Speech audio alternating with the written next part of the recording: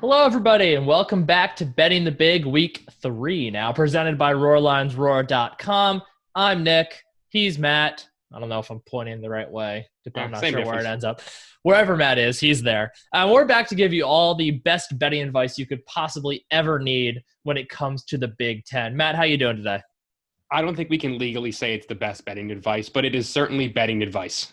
It is certainly betting advice. And on that note, wasn't a great week for us in week 2. But, that's a common thing in college football betting because week 1, you don't really know anything. And then week 2, you think you know something and you really don't.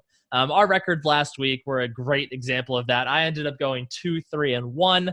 I hit on my Michigan State and Northwestern bets. I missed on Minnesota, Rutgers, and Penn State.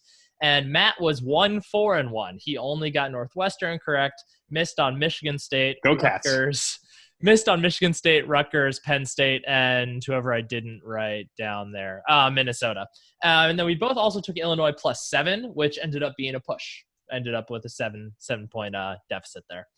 So for this week, for my 10-second apology, I'm going to apologize to Indiana. Okay? Indiana, I was wrong to assume that Rutgers would keep it close. This is a chaos season, and I was wrong to assume that you wouldn't just run the table while thriving in said chaos. Matt, who do you want to apologize to this week? I'm going to flip it. I'm not going to apologize, and I'm going to scold Michigan for getting my hopes up and then going out there and looking awful against a team that lost to Rutgers. So shame on Michigan, but it's expected. Yeah, that wasn't great. But you know what? Week 2, it wasn't great for us, so we're not going to linger on it. We're going to go ahead and move right on to week 3 here. So we're going to start off with number 23 Michigan visiting number 13 Indiana. The Wolverines favored by 3.5 on the road after a pretty disappointing performance against Sparty. What are you thinking, Matt? This is hysterical because it's number 13 Indiana hosting number 23 Michigan. I have no idea what to expect. We really saw a tale of two Michigan teams each of the last 2 weeks, and Indiana's been really consistent. So I'm going to go with consistency over chaos in the most chaos-filled season.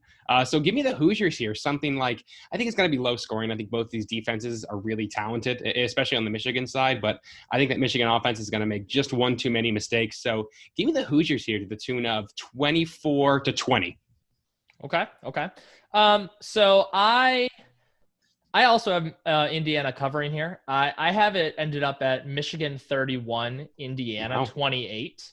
Wow. I don't think Michigan is as bad as they looked a week ago. And I like Indiana. I'm not totally sold on them still just yet. I think this week will be a good test for them because Michigan is pretty comparable to Penn State in a lot of ways, at least talent-wise, they're pretty comparable. And they have a good defense. So it'll be a good test for Indiana's offense to go against that Michigan defense. And I'm assuming that Michigan won't be quite as discombobulated as Penn State was in week 1. So I think it'll be a good barometer to get a real sense of where Indiana is. But I do have Michigan winning the end 31-28 with Indiana covering. The over-under is 54, so I have them over, and you have it right at 54. So yep. That seems about right. Yeah, there you go. Moving on. Also, that game is at 12 noon on Saturday, by the way. Also at 12 noon, we have Nebraska favored by 3.5 points on the road at our Northwestern Wildcats. And I'm going to start because the disrespect is rampant in the betting world. Give me Northwestern plus 3.5. Give me Northwestern outright 24-17. I don't really understand why Nebraska's favored. They've only played once. I get it. We have very little data on them, and they played Ohio State, and they did some good things. But look, they scored in Columbus, and I guarantee you, at least one team won't do that. They scored in Columbus, but Northwestern just went on the road and won at Iowa. I know Iowa's nothing special this year, but it's still tough to go to Kinnick and win, even without fans. There's no reason for me to think that Northwestern is going to lose this game. I think they easily win, especially against the spread, getting 3.5 points. So I have Northwestern winning 24-17. Yeah, give me the Wildcats here outright, plus those 3.5 and straight up outright, and make it my big pick of the week here. I'm all in in a world where we get a 3-0 Indiana and a 3-0 Northwestern, this is the scenario we were all hoping for. I'm not sold that Iowa is that good this year. I think this is such a program in turmoil.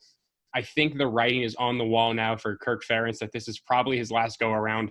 And I think Northwestern's actually building a real competitor in the Big Ten West, especially with Wisconsin. Who knows if they're even going to play again? So give me the Wildcats here outright, something to the tune of, oh man, I think Wildcats are going to put up points. So give me 31 to 14. I hate that 31 is putting up points in a college football game, but the bar is low for Northwestern at this point. And the over-under for this game is at 55 currently. I am under it, and you are right on it. I didn't even look at these before. I should be in Vegas. Oh, sorry, no, 55. You said 31-14. Sorry, you're at 45 points total, so you are under. Well, yeah, give me the under. You are under. We are both under on this. Next up, also at noon. Yes, at noon, we have Michigan State, fresh off their upset of Michigan, visiting Iowa. Iowa favored by nearly a touchdown, 6.5 points at home. Wow. I'll let you go first for this one. I think Michigan State's in a real letdown spot here. I think this is still a very young team. And I think Mel Tucker's still learning how to be a head coach. And that's an emotional win you're coming off of after a bad loss to start your season.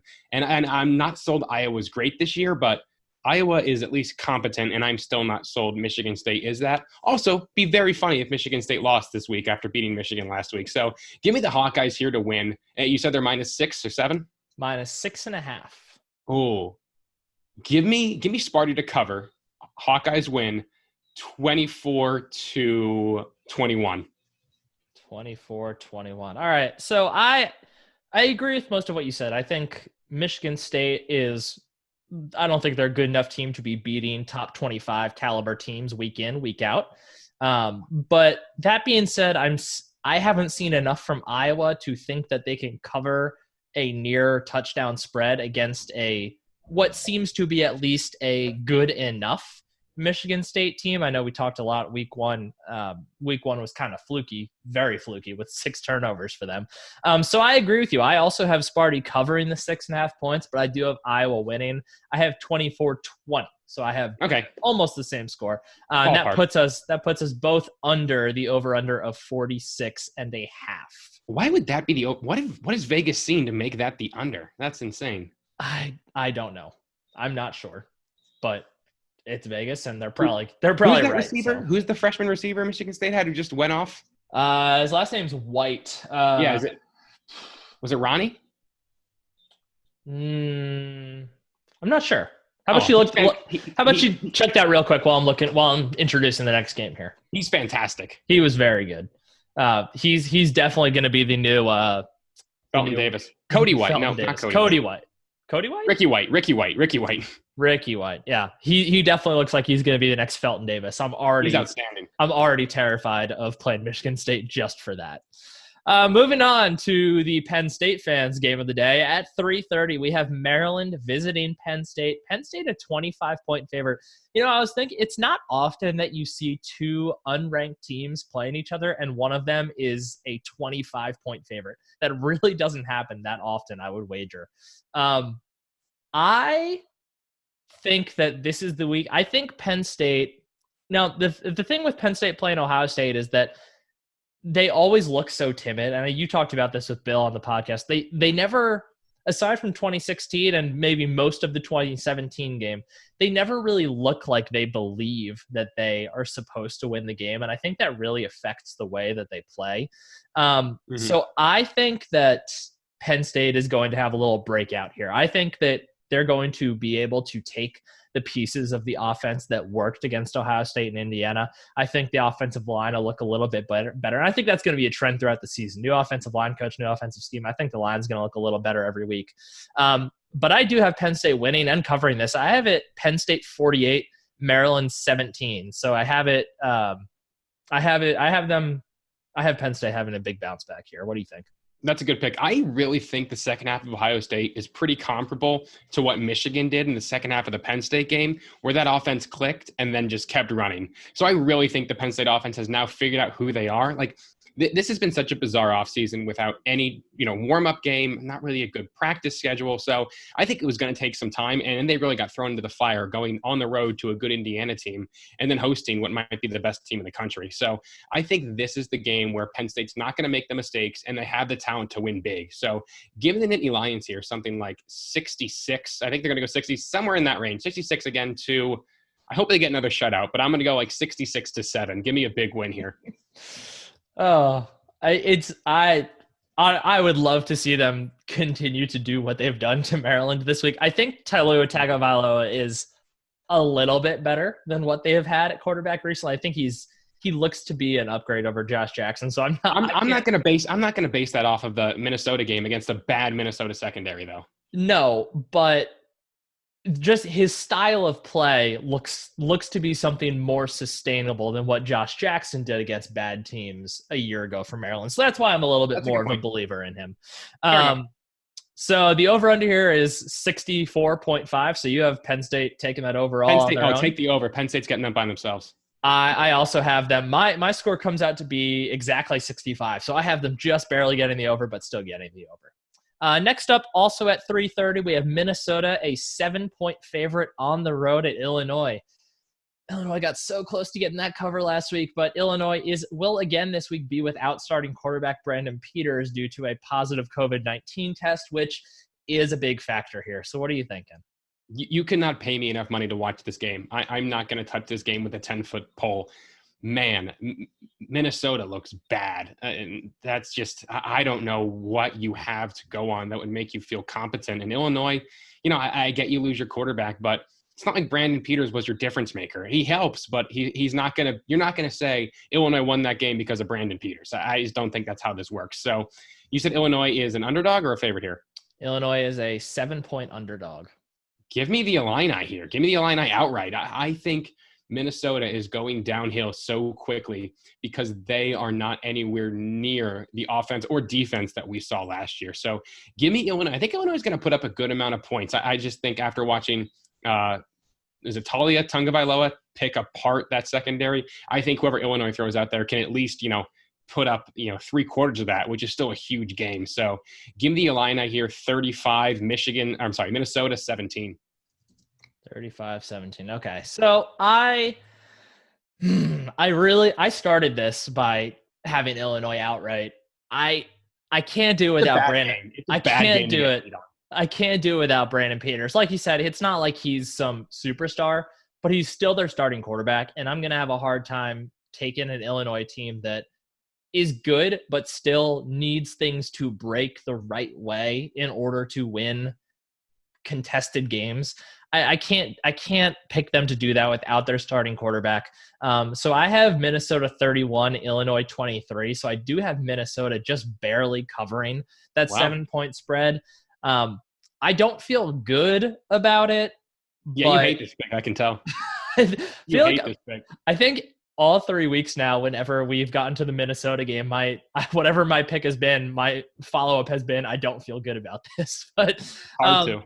I can't do it without Peters, and it's not quite there for me. The over/under for this game is 61.5 points. So my total is at 54, so I'm well under that. You are under that as well. So that's a lot of points, and it concerns me a little. I don't know. I mean, Minnesota and Maryland did just play a really high-scoring game that went into overtime, so I see where that line of thinking is coming from, but it's still pretty interesting to me. The last game of the weekend for some reason, a night game at 7:30 in Columbus, we have Rutgers visiting number 3 Ohio State. Ohio State, according to OddsShark, favored by 37 points here. And I'll go first because I'm going to do something that we have yet to do on this show. And I'm going to predict an exact push of those 37 points. I don't see the benefit of this, but sure. I have Iowa. I have Ohio State 51, Rutgers 14, which is exactly 37 points. And if I thought it was going to go one way or the other, I would make a pick here. But this is where I locked in on my final score, and I'm going to keep it. So go ahead and give me the push. I'll accept the consequences of making such a bold pick, but I think that's exactly where this game ends up. Yikes. I think I like Rutgers a lot here, which is a really rare thing to say when they go to Columbus. But I think I'm not sold on this Ohio State front seven yet, because I think Penn State's a very easy game to get up for. And then to follow that at night in a empty Ohio Stadium against a Rutgers team with a good back. So I think Rutgers does enough to cover this over 5 touchdown spread. Yeah, Rutgers can cover that. And I think it's not going to be close, but maybe a backdoor cover is absolutely possible. So give me Ohio State's, oh my God, Ohio State's going to drop like 55, and Rutgers can probably put up 28. It's 55-28. Give me that one. All right. The over-under here is 64. You are easily over it. I am over it as well, not by nearly as much, but I think, yeah, this is another one where I was over it by a point. So nice. I am over that as well.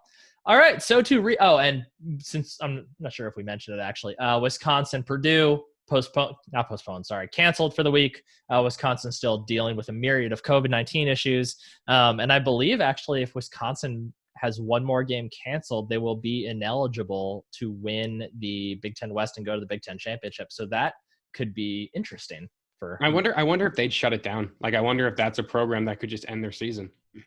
I don't know.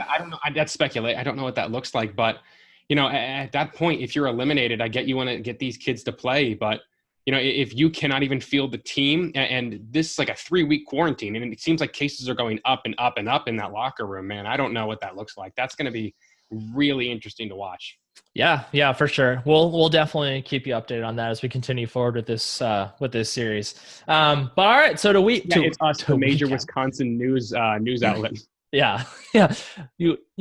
Roar Lions Roar is mainly a website for Penn State, but any day, I've said this before, any day now we will split off and start our Rutgers /Northwestern/Illinois /Wisconsin division. So to recap our picks for week 3, number 23, Michigan, -3.5 at Indiana. We both have Indiana +3.5. Nebraska, -3.5 at Northwestern. We both have Northwestern winning outright and obviously winning against the spread. Michigan State at Iowa. Iowa is favored by 6.5 points. We both have Michigan State covering, but Iowa winning. Maryland at Penn State. Penn State favored by 25 points. We both have Penn State winning and covering. Minnesota favored by 7 on the road at Illinois. I have Minnesota winning and covering. Matt has Illinois winning and covering. And Rutgers at number 3, Ohio State. Ohio State favored by 37 points. I am making the foolish decision to predict a push, and Matt is taking Matt is taking Rutgers plus the 37 points, but Ohio State to win. As a reminder, if you want a chance to win a free Roar Lions Roar t-shirt and prove that you are smarter than Matt and I, again, probably not that difficult, be sure to go on and visit roarlionsroar.com, find our weekly Betting the Big post and enter your picks there. The co-leaders after week 2 only have 3 total picks correct, so still anyone's ball game, still plenty of time to move your way up that leaderboard. Be sure to hit that subscribe button below to stay up to date with all of our Roar Lions. What's your big pick for the week? Oh, I didn't make a big pick. Sorry. Yes, Matt's big pick was Northwestern, if I remember correctly. Yep. For my big pick of the week, I'm going to go with. If you do the push, I'm getting off this call. that would be worth at least 20 Shroot bucks if I made that my big pick. I'll say Sparty plus 6.5 is my big pick. I feel pretty good about that one. Yeah. So like I said, be sure to hit that subscribe button below. Stay up to date with all of our Roar Lions Roar content, including this Betting the Big series. Be sure to visit the website, roarlionsroar.com, for all of our content. Follow us on Twitter and Instagram. And make sure you also check out the podcast wherever you take in your podcasts. We're everywhere. You'll find us. For myself, Nick Polak, for my co-host, Matt Filipovitz, thanks for watching. Go State. Go State. Filipovitz, thanks for watching.